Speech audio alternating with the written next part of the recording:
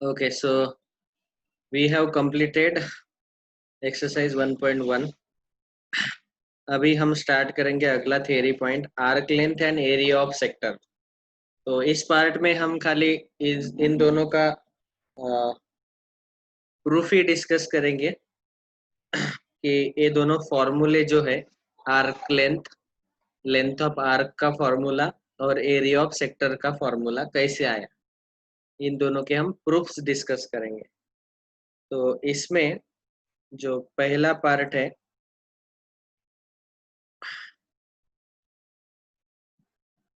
1.2 point चल रहा है ना, इसमें पहला पार्ट हम देखे लेंगे, part A, length of arc, length of arc of a circle.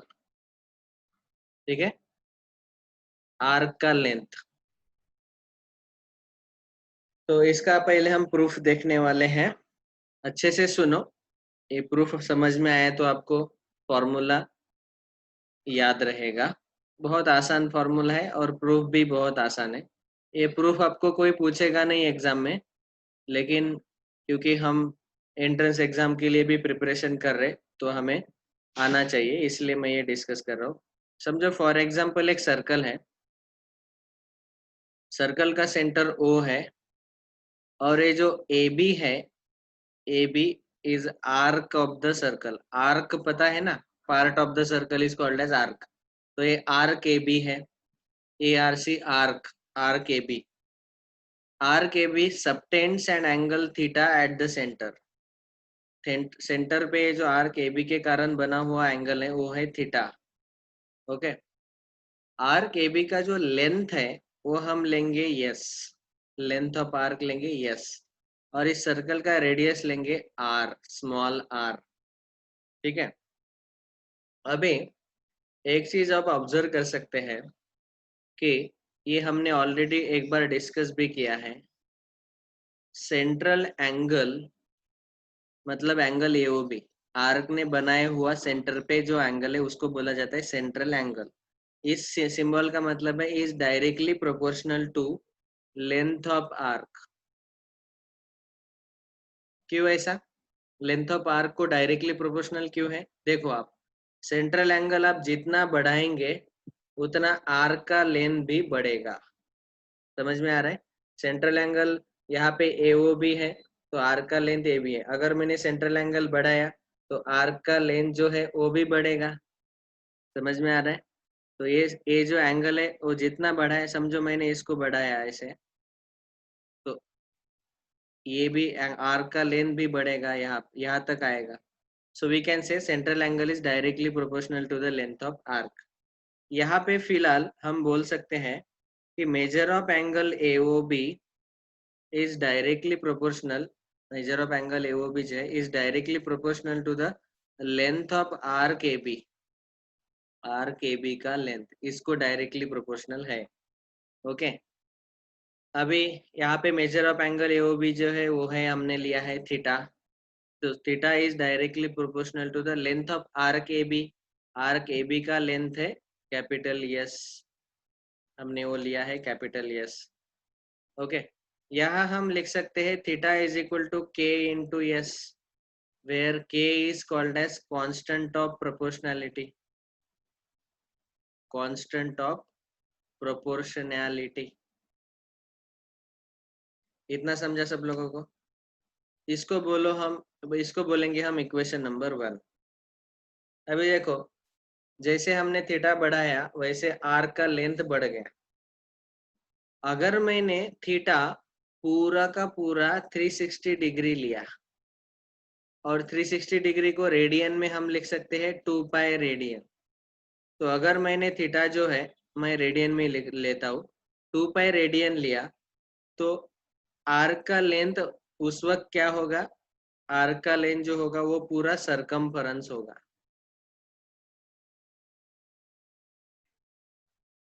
समझा क्या सब लोगों को? कि अगर पूरा एंगल 360 डिग्री है तो आर्क का लेंथ पूरा जो सर्कल का सरकमफरेंस है वो आएगा। समझा? सो we can say 2 pi is directly proportional to 2 pi R. Circumference का लेंथ रहता है 2 पाई आर। तो यहाँ हम लिख सकते हैं 2 pi is equal to K into 2 pi are. फिर से ये के कांस्टेंट ऑफ प्रोपोर्शनलिटी है, इसको बोलो इक्वेशन नंबर 2। अभी equation number 1, next step, equation number 1 और इक्वेशन नंबर 2 इन दोनों का डिवीजन लेना है। तो पहले केस में हमने बोला था कि theta is directly proportional to S, theta is equal to K S.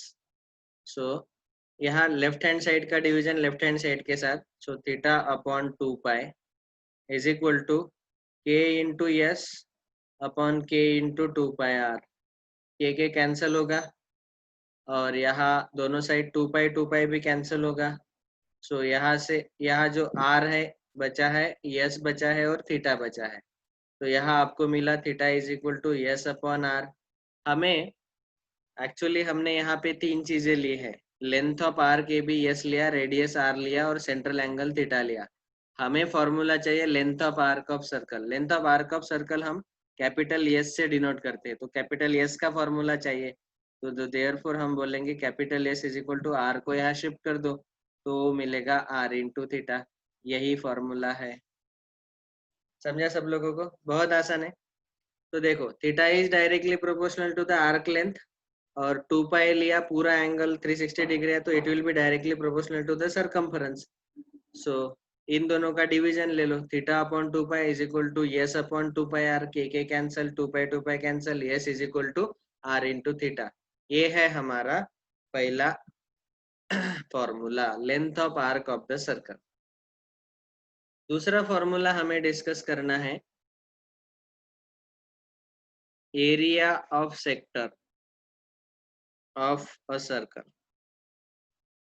Area of sector, तो देखो ये सर्कल है, फिर से उसका सेंटर लेंगे O और यहाँ पे AOB। सेंट्रल एंगल जो है वो फिर से हमने लिया एंगल AOB, ठीक है। सेंट्रल एंगल हम लेंगे थीटा और रेडियस लेंगे R। और सेक्टर मतलब क्या है? ए जो बना है सेक्टर AOB, इसका एरिया हमें फाइंड करना है। ओके, यहाँ हम क्या बोल सकते हैं, central angle is directly proportional to area of sector, क्योंकि सेंट्रल एंगल जितना बढ़ाएंगे उतना सेक्टर का भी एरिया बढ़ेगा। बस ओके, सेक्टर का जो एरिया है हम उसको कैपिटल ए से डिनोट करेंगे, एरिया ऑफ सेक्टर कैपिटल ए। अभी यहाँ पे सेंट्रल एंगल जो है वो मैं डायरेक्टली लिख रहा हूँ, अभी थीटा है। So theta is directly proportional to the area of sector capital A. इस सेक्टर का एरिया जो है वो हमने कैपिटल ए लिया। और अगर ये थीटा मैंने पूरा का पूरा 360 डिग्री लिया, 360 डिग्री के बदले में 2 पाई रेडियन लेता हूँ, 2 पाई रेडियन लिया, तो फिर एरिया जो है वो पूरा सर्कल का एरिया आएगा पाई आर स्क्वायर। समझेगा सब लोगों को? अगर थीटा है तो एरिया ए है, पूरा थीटा अगर मैंने पूरा ऐसा राउंड लिया तो पूरा सेक्टर जो है वो सर्कल ही बन जाएगा और सर्कल का पूरा एरिया रहता है पाई आर स्क्वायर। ओके, इन दोनों इक्वेशन को आपने अगर कांस्टेंट ऑफ प्रोपोर्शनलिटी से लिखा तो ए इक्वेशन बनेगा theta equal to K into A, और ए इक्वेशन बनेगा 2 pi is equal to K into pi r square. Equation number 1, equation number 2। फिर से इन दोनों इक्वेशन को डिवाइड करो, दोनों को डिवाइड करेंगे तो लेफ्ट हैंड साइड का division theta upon 2 pi is equal to right hand side K into A upon K into pi r square. K cancel, pi cancel. अभी देखो हमें चाहिए एरिया ऑफ सेक्टर ए का formula. तो यहाँ देखो ए है और इस आर स्क्वायर को हम राइट लेफ्ट में शिफ्ट कर सकते हैं। सो देयरफॉर हमें ये फॉर्मूला मिलेगा ए इज इक्वल टू, ये 1/2 है, ये आर स्क्वायर यहाँ शिफ्ट होगा, r square into theta. So half are square theta is the formula of area of sector. R क्या है बेटा? Radius of circle and theta is the central angle, corresponding central angle. अभी इन दोनों formula में एक बहुत ही इंपॉर्टेंट चीज आपको याद रखना है कि ये जो थीटा एंगल है दिस इज इन रेडियन। इसको आप कभी भी डिग्री में नहीं लेना, हमेशा इसको रेडियन में लेना है। और इस फॉर्मूला में भी थीटा जो है ये हमें रेडियन में लेना जरूरी है, दोनों फॉर्मूले में। ओके, यहीं पे एक नोट बता देता हूँ, एक बहुत ही आसान है कि एरिया ऑफ सेक्टर जो मिला वो हमें मिला हाफ आर स्क्वायर थीटा। यहाँ मैं हाफ आर इंटू थीटा ऐसे लिखूंगा। तो इसमें से जो इतना आर इंटू थीटा है, इसके जगह आप कैपिटल यस लिख सकते हैं, क्योंकि अभी अभी हमने देखा S is r into theta. तो यहाँ पे इसकी जगह एक यस डाल दिया, तो ये हुआ एरिया ऑफ सेक्टर का दूसरा formula, half R S. Okay, ये मैंने नोट करके लिख दिया। तो आपको एरिया ऑफ सेक्टर के दो फॉर्मूले याद रखने हैं। अगर रेडियस और सेंट्रल एंगल थीटा दिया है तो फिर आप ये फॉर्मूला यूज करो, half are square theta area of sector. और अगर रेडियस और आर्क का लेंथ दिया है तो आप डायरेक्टली ये फॉर्मूला यूज करो, हाफ आर इंटू एस। और लेंथ ऑफ आर्क का formula S is equal to are into theta. समझ में आया सबको ये प्रूफ? तो यही बुक में भी दिया है एक्चुअली। देखो, central angle theta, radius r, length of arc is S. तो उन्होंने ये डिवीजन लिया डायरेक्टली। अरे अरे अरे, रुको रुको। Theta upon 2 pi is equal to A upon area of circle, बस ये डिवीजन लिया है उन्होंने डायरेक्टली। तो ये हाफ आर स्क्वायर थीटा मिला। और यहाँ circumference of circle theta upon 2 pi is equal to S upon, ये जो डिवीजन लिया ना वो डिवीजन का डायरेक्ट स्टेप उन्होंने लिया और वहां से ये दोनों फॉर्मूले आ गए। समझ में आया अभी सबको? सो ये दो फॉर्मूले आपको याद रखने हैं अच्छे से। टोटल 3 फॉर्मूले actually. Length of arc S is equal to are into theta, और area of sector half are square theta, area of sector का दूसरा formula half are into S. Okay, is it clear? इसमें किसी को कोई doubt? तो अभी इसके ऊपर हम क्वेश्चन सॉल्व कर सकते हैं। एक चीज याद रखना है कि थीटा रेडियन में लेना जरूरी है। अभी 1-2 मिनट में आपको बता देता हूँ कि थीटा रेडियन में नहीं लिया तो क्या होगा। ओके, तो ये जस्ट एक एक्सप्लेनेशन है कि अगर थीटा रेडियन में नहीं लिया तो क्या होगा। समझो फॉर एग्जांपल एक सर्कल है, इस सर्कल का रेडियस आप ले लो 5 सेंटीमीटर। ओके, मतलब r is equal to 5 centimetre लिया। ठीक है, अभी आपको मैंने सेंट्रल एंगल जो है theta is equal to 60 degree दिया। 60 डिग्री को रेडियन में कन्वर्ट करेंगे तो वो π/3 रेडियन आएगा। ओके, मैंने अगर आपको पूछा कि length of arc S find करो, तो S is equal to are into theta आएगा।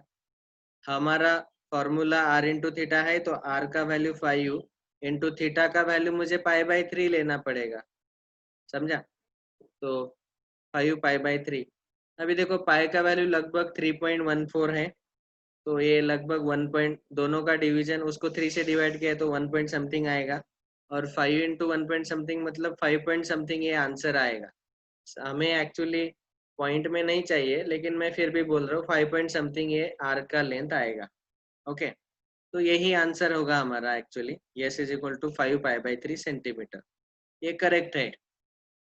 लेकिन अगर अभी इसका, इस सर्कल का मैंने सरकमफरेंस निकाला 2 πr, तो आ जाएगा 2 इंटू 3.14 इंटू आर इज 5। लगभग कैलकुलेट कर रहे हैं, 5 2 जा 10, तो ये आ जाएगा 31.4 सेंटीमीटर। इतना आया। सरकमफरेंस मतलब है पूरा लेंथ, आपको पता है। अभी अगर मैंने थीटा का वैल्यू 60 डिग्री लिया, आर का वैल्यू 5 है और थीटा का वैल्यू रेडियन में नहीं लिया, डिग्री में लिया, तो यहाँ 60 आएगा। 60 इंटू 5 ये आएगा 300 सेंटीमीटर। अभी आप ही सोचो, आर्क का लेंथ 300 सेंटीमीटर है और सरकमफरेंस का लेंथ 31.4 सेंटीमीटर ही है। ऐसा पॉसिबल हो सकता है क्या? सरकमफरेंस का लेंथ तो पूरा, इस सर्कल का पूरा जो लेंथ है ये रहता है और आर्क का लेंथ मतलब ये जस्ट इतना पार्ट जो है इसका लेंथ। तो यहाँ बोला, यहाँ अगर थीटा डिग्री में रखा हमने, तो पूरा आर्क का लेंथ, समझो मैंने इस आर्क को आर्क ए बी बोला। ओके, आर्क ए बी का जो लेंथ है वो 300 सेंटीमीटर आ रहा है, और पूरा सरकमफरेंस का लेंथ खाली 31.4 सेंटीमीटर आ रहा है। तो इसका मतलब ये बिल्कुल गलत है, ऐसे हमें इनकरेक्ट आंसर मिलते हैं। तो इसीलिए हमने बोला कि अभी देखो यहाँ आर्क का लेंथ कितना आया, 5 पॉइंट समथिंग आया, टोटल सरकमफरेंस 31.4 समथिंग है, 31.4 है, और आर्क का लेंथ 5 पॉइंट समथिंग है, मतलब सरकमफरेंस से थोड़ा सा स्मॉलर आंसर ही आया। तो इसका मतलब ये आंसर बिल्कुल करेक्ट है। समझ में आया? तो आपको याद रखना है कि हमेशा थीटा रेडियन में ही लेना है। Theta should be in radian, बार बार मैं यही बोल रहा हूँ। और जब एरिया ऑफ सेक्टर का भी फॉर्मूला यूज करेंगे, हाफ आर स्क्वायर थीटा, तो वहां भी ऐसे ही करने का। उसका एक्सप्लेनेशन मैं नहीं दूंगा अभी, वो आपको समझ में आया होगा। Okay, thank you. तो इसके क्वेश्चंस हम अगले पार्ट में शुरू करेंगे। Thank you.